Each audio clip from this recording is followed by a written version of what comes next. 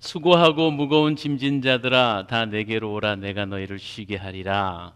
마태복음 11장 30절 28절의 말씀입니다. 수고하고 무거운 짐진 자들아 다 내게로 오라 내가 너희를 쉬게 하리라. 얼마나 위로가 되는 말씀인지 몰라요. 4살짜리 아이가 놀이터에서 그네를 타고 있길래 제가 하도 이뻐서 야, 너 너무 이쁘다 얘야. 너 누구니? 몇 살이니? 했더니 아우 귀찮아.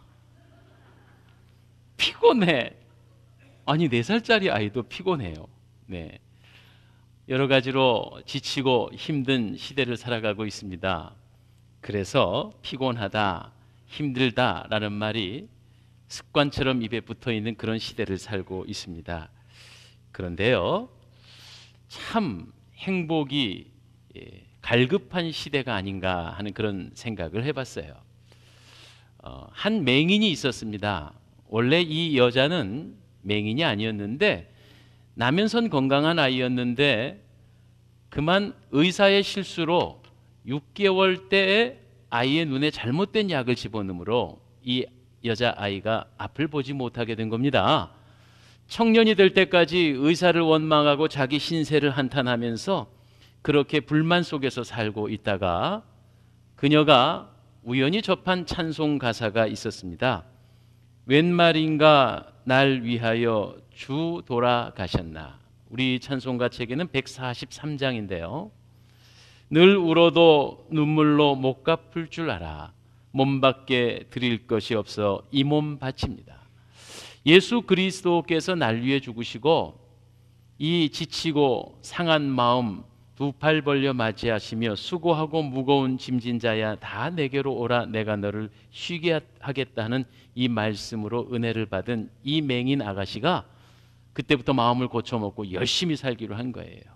몸밖에 드릴 것 없어 이 몸 바칩니다 했던 이 노래 가사를 생각하며 자신도 하나님께 예수님께 뭐 드릴 게 없나 하고 생각해 봤더니 가진 것이 하나도 없었대요. 그러나 오직 그가 가지고 있는 재능이 하나 있었는데 글을 아름답게 쓰는 글 쓰는 재주가 있었어요. 그래서 그녀는 그때부터 하나님을 위하여 찬송시를 쓰기 시작했답니다. 평생의 찬송시를 7,000개나 썼고요. 그 찬송시에 곡이 붙어서 그 우리가 잘 알고 있는 찬송가인 예수께로 가면 나는 기뻐요. 나의 갈 길 다 가도록 예수 인도하시니 기도하는 이 시간 나의 영원하신 기업.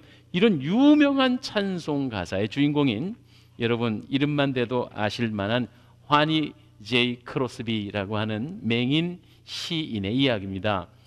그녀는 마음을 고쳐먹고 예수님 만나서 행복한 생을 살았다고 해요.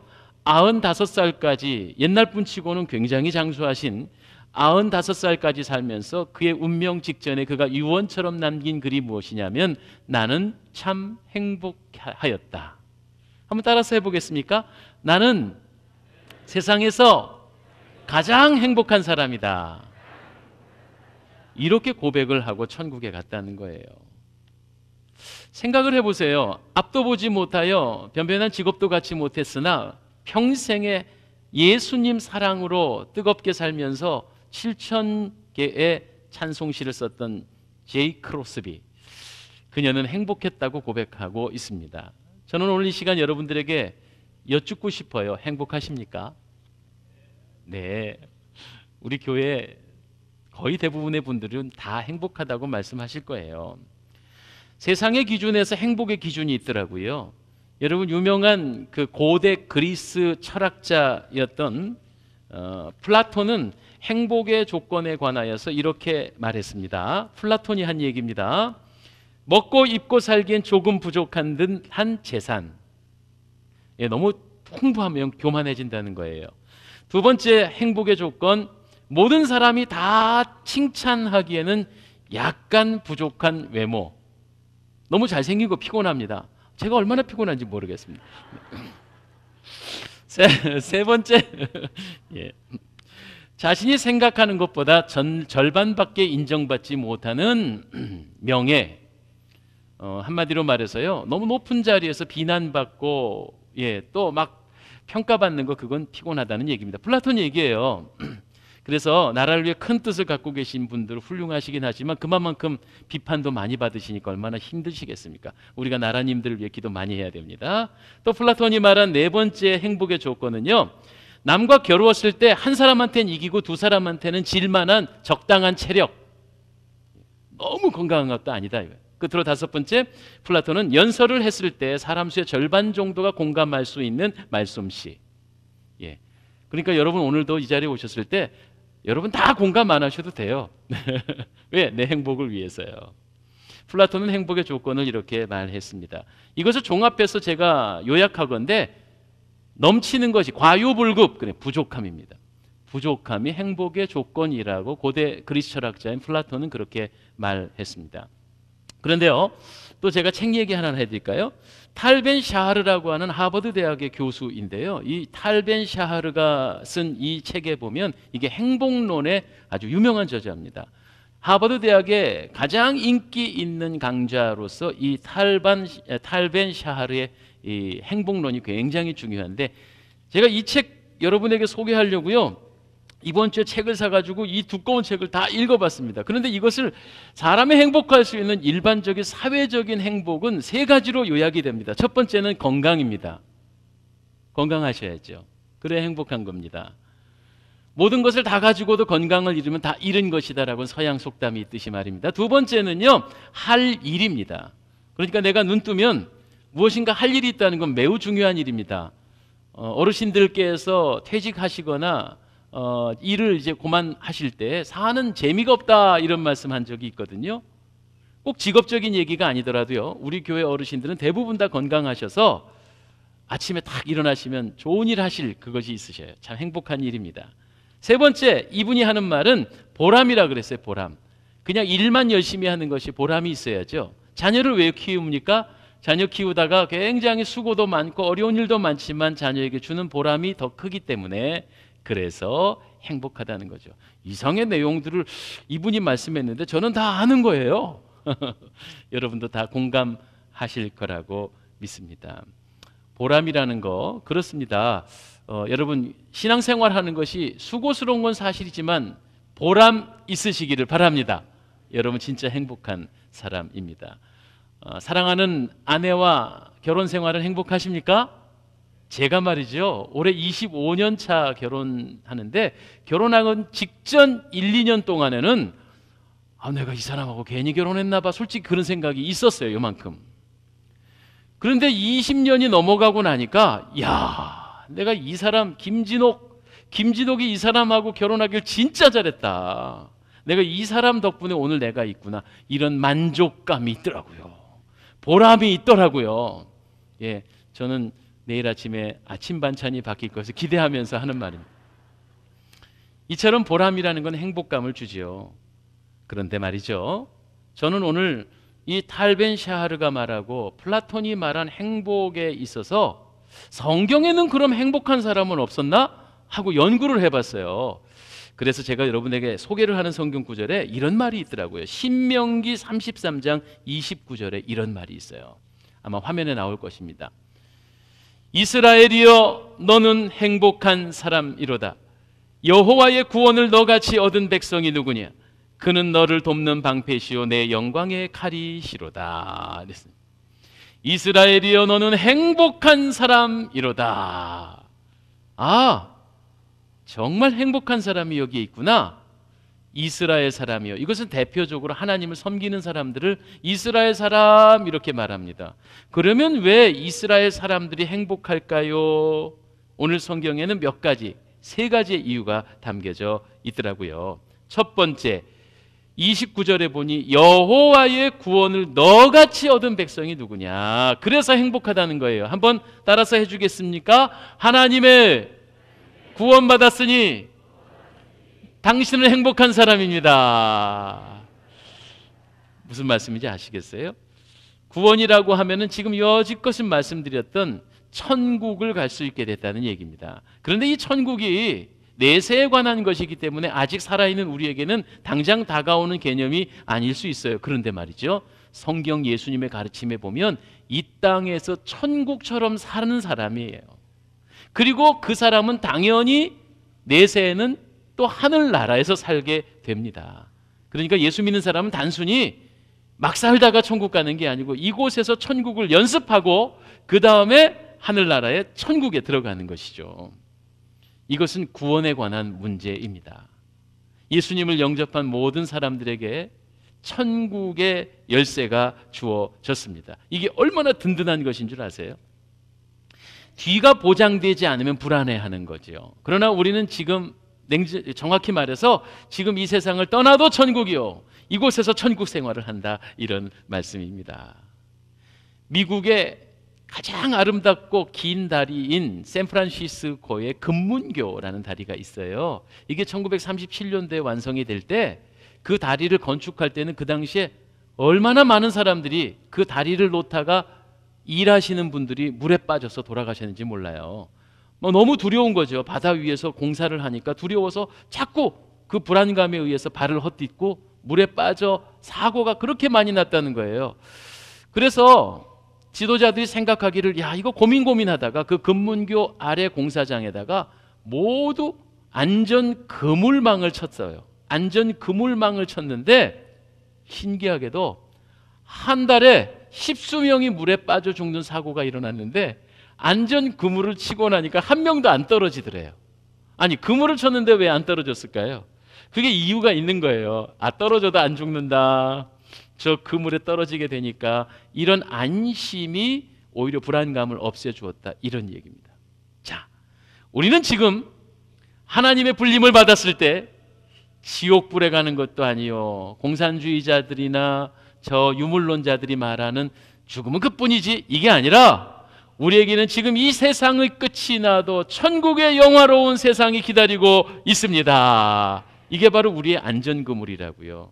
그러니 이 구원의 확신이 있는 한 그대는 행복한 사람입니다. 여러분 행복하십니까? 네, 그래요.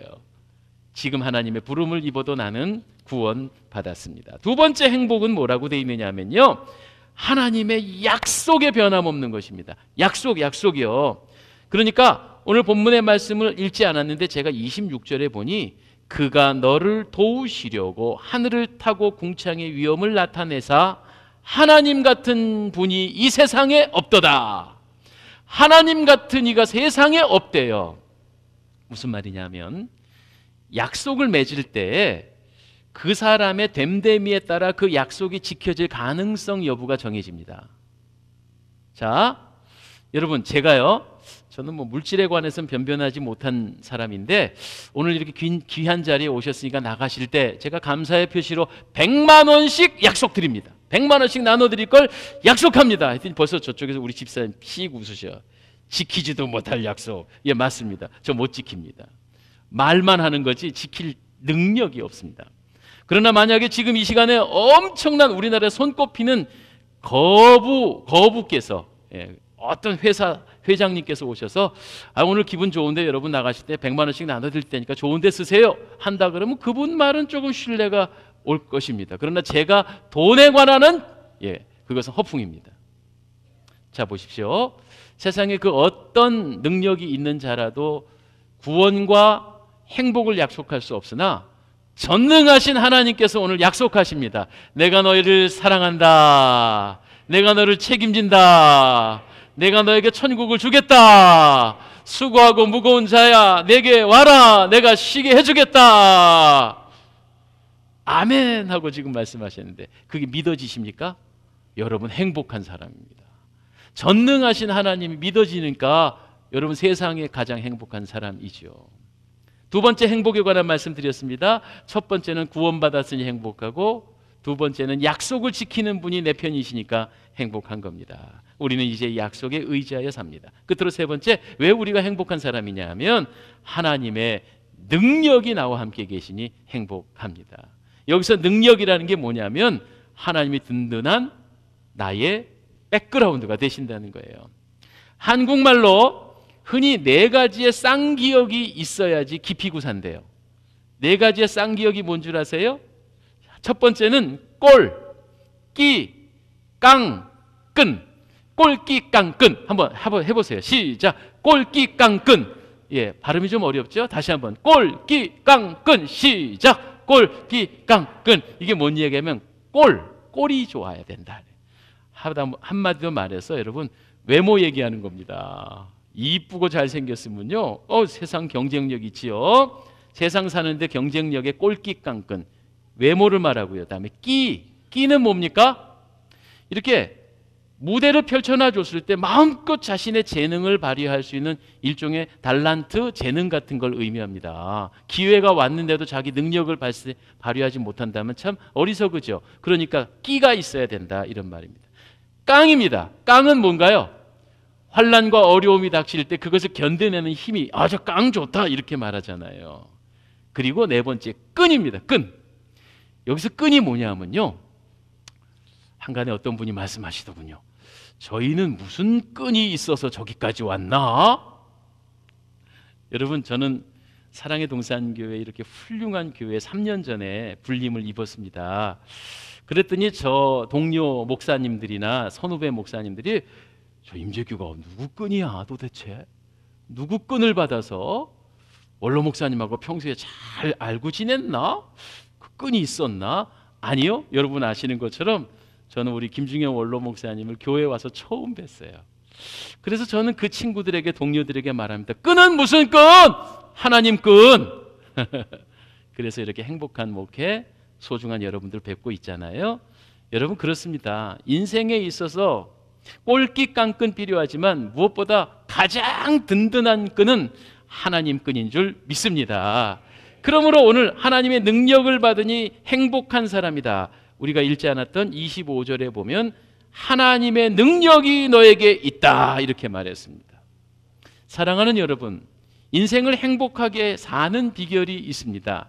물론 세상에 많은 학자들이나 또 플라톤은 여러 가지 행복론을 말했지만 무엇보다 저는 오늘 여러분에게 말씀드립니다. 하나님 함께 계시고 하나님이 나의 힘이 되어 주시니 나는 행복한 사람입니다. 이것을 여수룬이요, 이렇게 말했습니다. 여기서 여수룬이라는 말은 이스라엘의 새로운 별명인데요, 하나님의 약속을 믿는 온전한 자라는 뜻입니다. 오늘 이 시간 하나님을 영접하시고 진정으로 이 어려운 세상 가운데서 행복을 여러분 것으로 만드시는 행복한 사람 되시기를 바랍니다. 한번 따라서 하시죠. 나는 행복한 사람입니다. 그래서 여러분과 함께 노래를 하나 부르고 싶습니다. 행복이라오 라는 노래인데요, 노래 가사가 아주 즐겁고 행복합니다. 이 노래 한번 불러볼까요?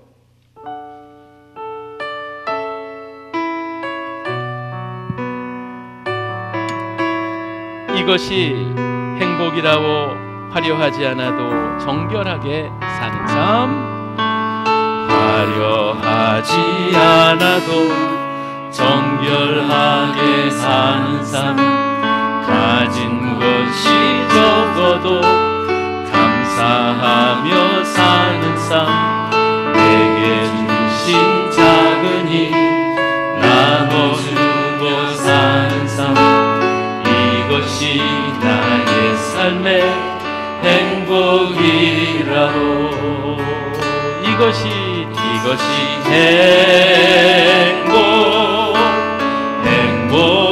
행복이라오.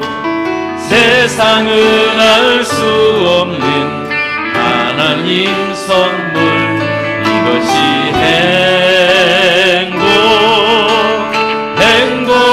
행복이라오.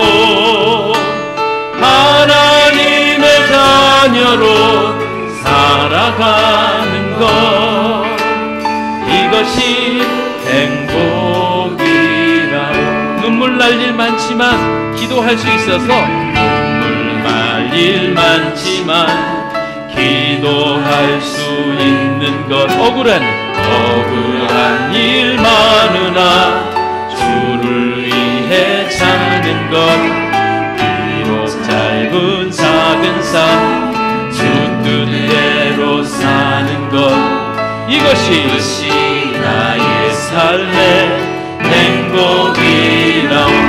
이것이 행복이라오. 이것이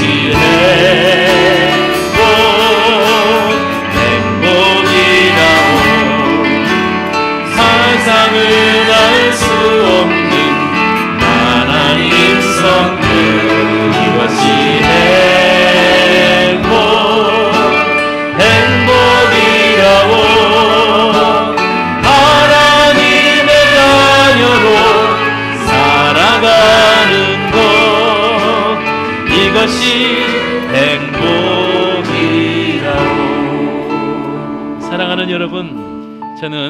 목사여서의 문제가 아니고 진정한 이 생을 살아가면서 행복하게 살고 싶어서 여러분에게 행복의 방법을 소개해 드렸습니다.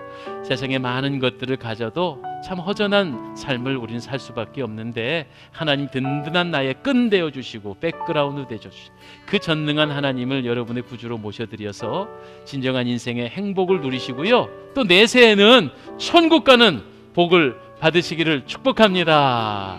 제가 여러분을 위해서 기도해도 될까요? 눈을 잠깐 감아 보십시오. 하나님, 오늘 우리 사랑의 동산교회 가족 되신 귀한 분들과 더불어 어려운 발걸음, 귀한 발걸음 하신 소중한 분들을 위해 기도합니다. 세상의 행복을 위해 뛰어왔으나 근본적으로 우리가 행복할 수 있는 것은 내세 행복까지 약속받아야 진정한 행복인 줄 믿습니다. 수고하고 무거운 짐진 자들아 내게로 오라, 내가 너를 쉬게 하겠다 하셨던 예수님, 오늘 주님의 귀하신 사랑으로 저희를 인도하여 주셨사오니 이제 주님을 나의 구주로, 나의 하나님으로 믿고 진정한 행복을 누리는 복된 사람 생애가 되게 하여 주시옵소서. 귀한 예물도 주님 앞에 올립니다. 정성을 다해 드려진 예물 하나님 기뻐 받으시고 만복을 내려 주시옵소서. 예수님 이름으로 기도하옵나이다. 아멘.